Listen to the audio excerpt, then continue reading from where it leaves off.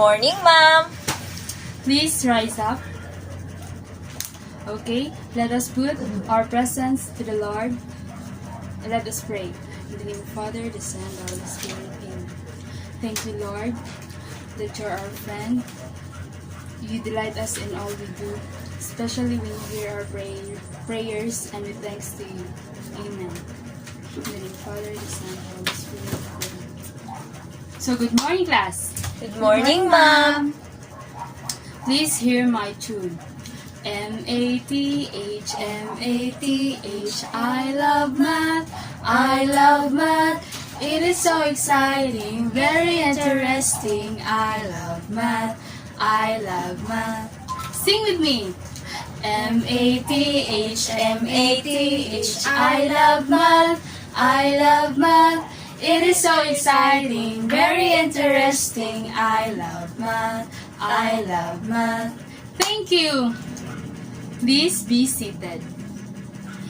Do you remember our guidelines every day? What is it again? First, listen attentively. Second, keep your phone in silent mode.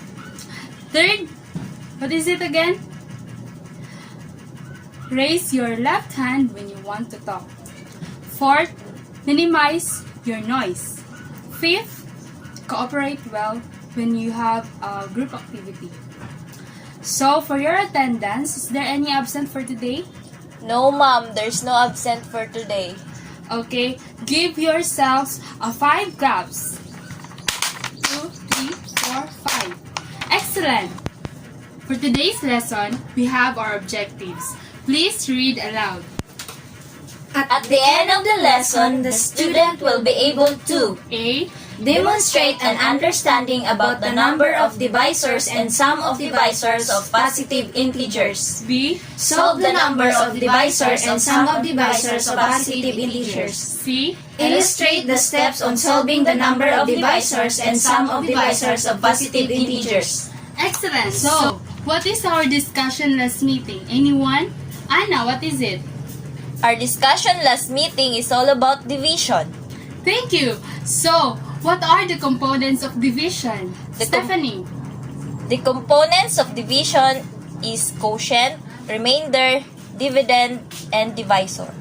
Excellent! So, our activity for today, we have our group activity.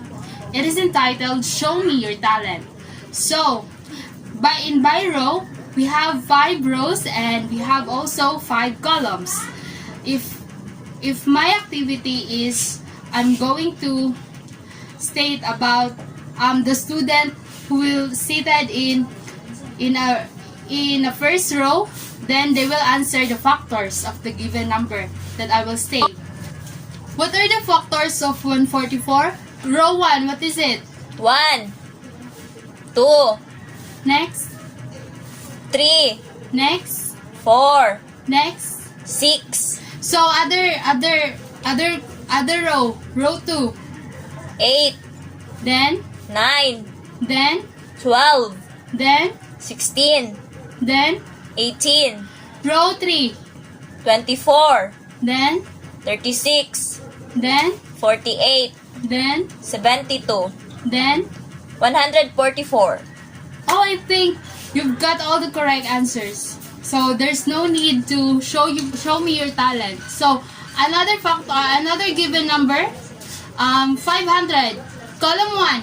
1, Then, 2, then, 4, then, 5, then. 10, Column 2. 20, 25, Then, 50, then, 100, 125, column 3. 250, Then, and 500. okay, you've got it right. 342. Row 4. 1, 2, Then, 3, then, 6, 9, row 3. 18, Then, 19, then, 38, then, 57, then, and 114. row 5. 171, and 342. Okay, I think you used the calculator. Okay, another one. 463. Row 5. 963. Okay, row 5. 1, 3, 9, 107, 321, Row 1. and 963. Okay. So, another number, I think, 12. Row 4. 1, 2, 3, 4, 6, and 12. Okay, I think you got it right. Class, have you learned something from our activity? Yes, ma'am. So, how do you find the activity? It is difficult, ma'am, without calculator. Okay, today I will teach you on how to use the shortcut method or shortcut way on finding the factors of the given Today's number. Group activity, I want you to group yourself by row. So we have 5 rows. So we have 5 groups. Okay. So our activity is entitled "Show Me You Can." I've given a task, or I've given a number by each group, and then they will provide the factors of the given number and find how many divisors. Okay, let's start. So this is after 10 minutes. This is the result of, or the outputs of every group. So group 1, I have assigned a number 144. And the factors are 1, 2, 3, 4, 6, 8, 9, 12, 16, 18, 24, 36, 48, 72, and 144. The divisors, or how many the factors are 15. And the sum of divisors are 403. So the group have added all the factors and then ended up with 403. Same with group 2 and 3. I have assigned a number 500 for group 2. And then the factors are 1, 2, 4, 5, 10, 20, 25, 50, 100, 125, 250, 500. And the divisors are 12. And the sum of divisors are 1090. I've assigned a number for group 3, and that number is 342. The factors are 1, 2, 3, 6, 9, and 18, 19, 38, 57, 114, 171, and 342. The divisors are 12, and the sum of divisors are 780. And the group 1 and group 2 and group 3 have reached their excellent job. Okay, the outputs of group 4 and group 5 are here. The given number that I've given for group 4, the row 4, is 963. The factors are 1, 3, 9, 107, 321, 963, and the divisors are 6. Then the sum of divisors are 1404. Group 5, we have the given number 12. The factors are 1, 2, 3, 4, 6, and 12. The divisors are 6, and the sum of divisors are 28. The group's activity for group 4 and the group 5s are spectacular. They have given the right answers. Okay, students, our topic for today is all about number of divisors and sum of divisors of positive integers. So, please listen attentively. Our example is, the number is 12. So, my question is, how can you find the factors of 12? So you use a calculator, right? Okay, in this shortcut method is we use prime factorization. The prime number that can be divided by 12 is 2. So we divide 12 divide 2 is 6. The quotient is 6. So 6 can be divided also by the prime number 2. So 6 divide 2, what is the quotient plus? It's 3. So we have twice the 2 and then 3 is only 1.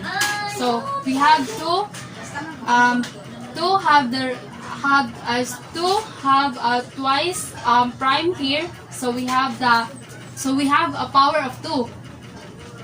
The highest power is 2 times 3 because 3 is only 1 here, so we have 1. So 2 squared, we have 4 times 3, we have 12. So we got exactly the correct answer. We have 12.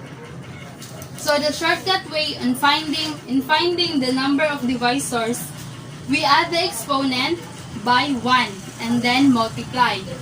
In our example, we have 2 as the exponent and under the given number 2. Then 3, we have 1 exponent. So 2 here, we add 1. 2 plus 1. And then multiplied by another group, 1 plus 1. So 2 plus 1 is 3. And then 1 plus 1 is 2. So we multiply the two groups.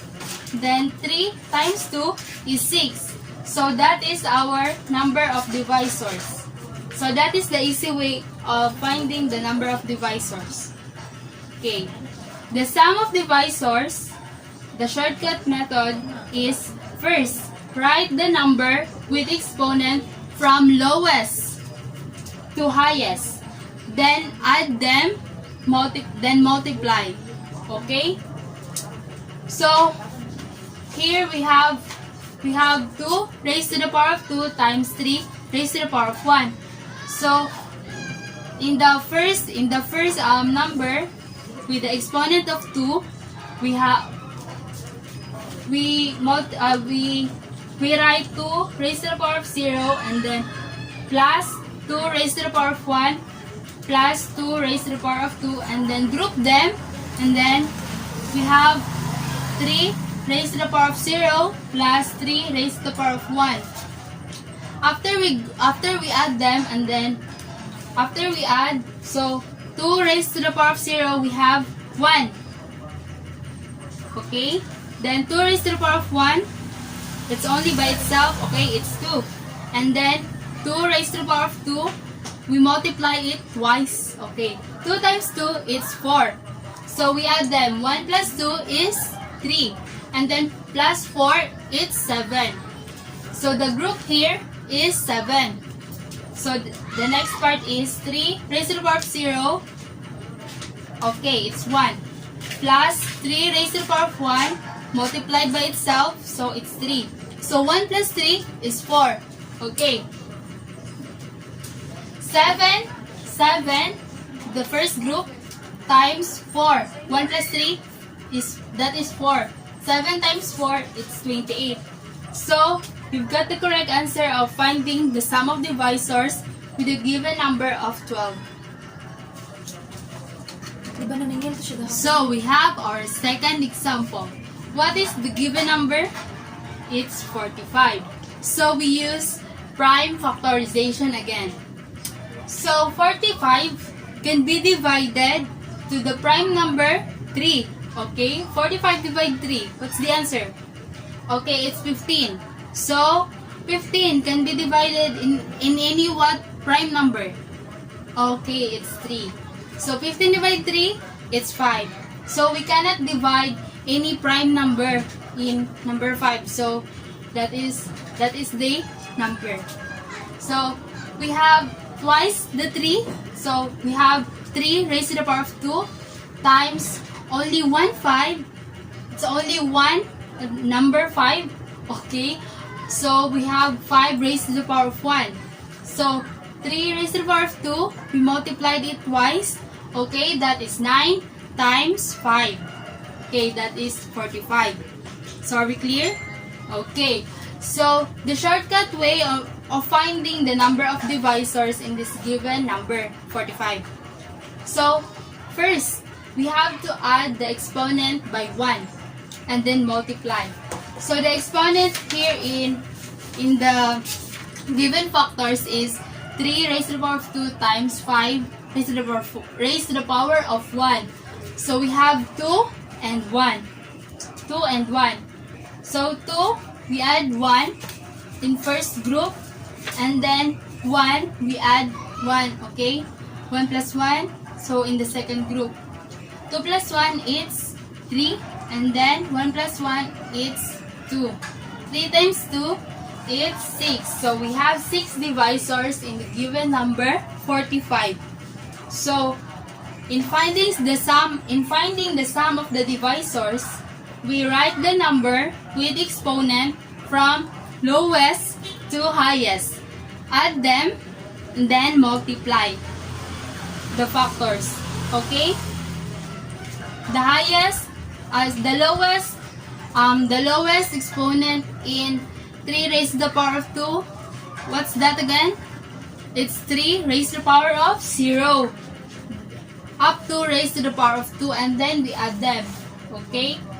3 raised to the power of 0, that is 1, plus raised to the power of 1, that is 3 itself, okay? Then 3 raised to the power of 2, multiply twice, okay? That is 9. So we add them in the first group. We have 13. Okay? What is the lowest exponent in 5? We have 5 raised to the power of 0. Then we add 5 raised to the power of 1. That is the highest exponent here in our factor of 45. Okay? 5 raised to the power of 1, that is 1. Plus 5 raised to the power of 1 plus 5. 1 plus 5, that is 6. So 13 multiplied by 6, that will give us 78. Okay? That is the sum of the divisors of the number 45, 78. So class, I have given activity that the given number is our last activity.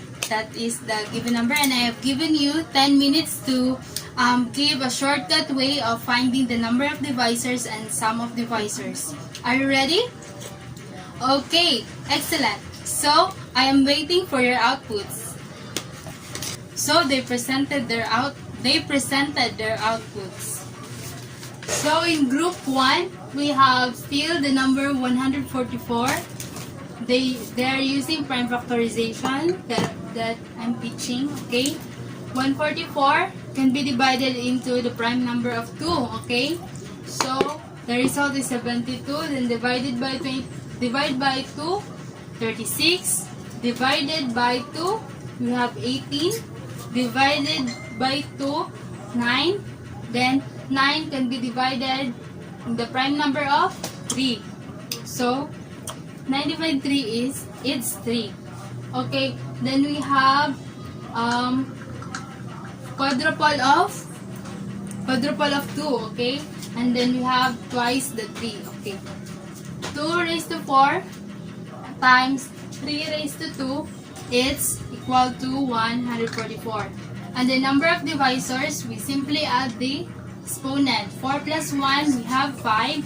And 2 plus 1, we have 3. 5 times 3, we have 15. So 15 is our number of divisors.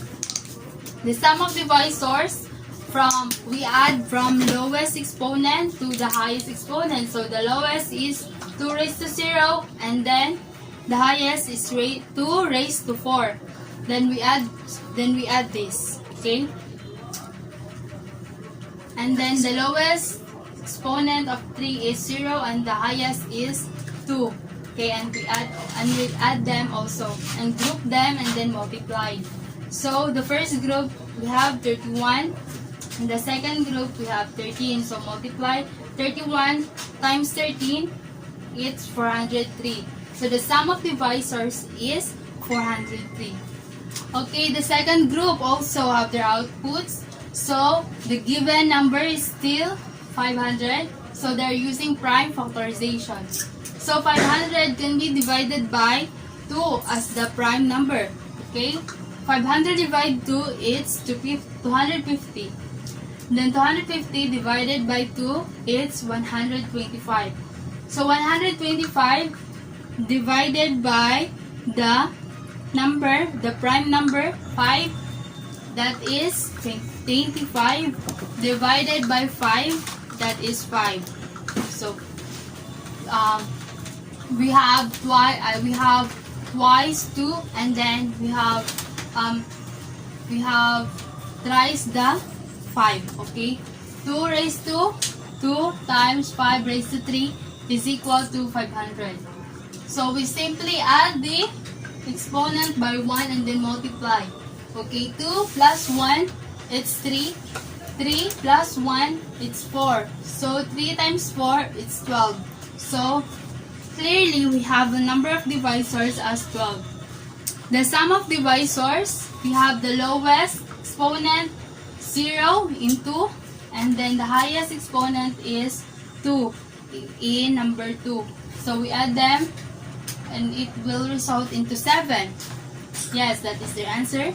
Okay, so the lowest exponent of 5 is 0, and the highest exponent of 5 is 3. So we add them and then we have 156. So we multiply 7 times 156. That will result into 1092. So I'm waiting for group 3. Okay, so they will present. So here is the output for the third group, group 3. So the number given is 342, and they use prime factorization. So 342 divided by the prime number 2, that is 171. So 171 divided by the prime number 3, so that is 57, and divided by 3, that is 19. So since we cannot divide 19 in any prime number, so that is the result. So 2 raised to 1 times 3 raised to the 2 raised to the power of 2, because we have twice the number 3, and then times 19 raised to the power of 1. It is equals to 342. The number of divisors, we multiply the exponents by 1. 1 plus 1, the first group, that's 2. 2 plus 1, the second group, that is 3. 1 plus 1, that is 2, okay? So, we multiply 2 times 3, 6 times 2, 12. So, we have 12 divisors in 342. Okay? How about the sum of divisors? The lowest exponent in 2 raised to 1 is 2 raised to 0. That is, as always, 2 is 2. As always, the exponent of 0 is the lowest exponent. Okay? So the highest exponent is 2 raised to 1. So we add them. So 3 raised to the power of 2. Wait lang, pero daw. 3 raised to the power of 2, that is our highest exponent. So we add them. And then 19 as 19 raised to the power of 1, that is the highest exponent, and also we add them. Okay. 1 plus 2, that is 3. 1 plus 3 plus 9, that is 13. 1 plus 19, that is 20. And then we multiply the 3 groups, okay? That will result into 780. So the fourth group have this given number 963. The prime factorization, they are using prime factorization. 963 can be divided by 3. So that is 321. 321 divided by 3, that is 107. Since 107 doesn't have prime numbers to be divided, so that is our last number. So 3 raised to the power of 2, since we have twice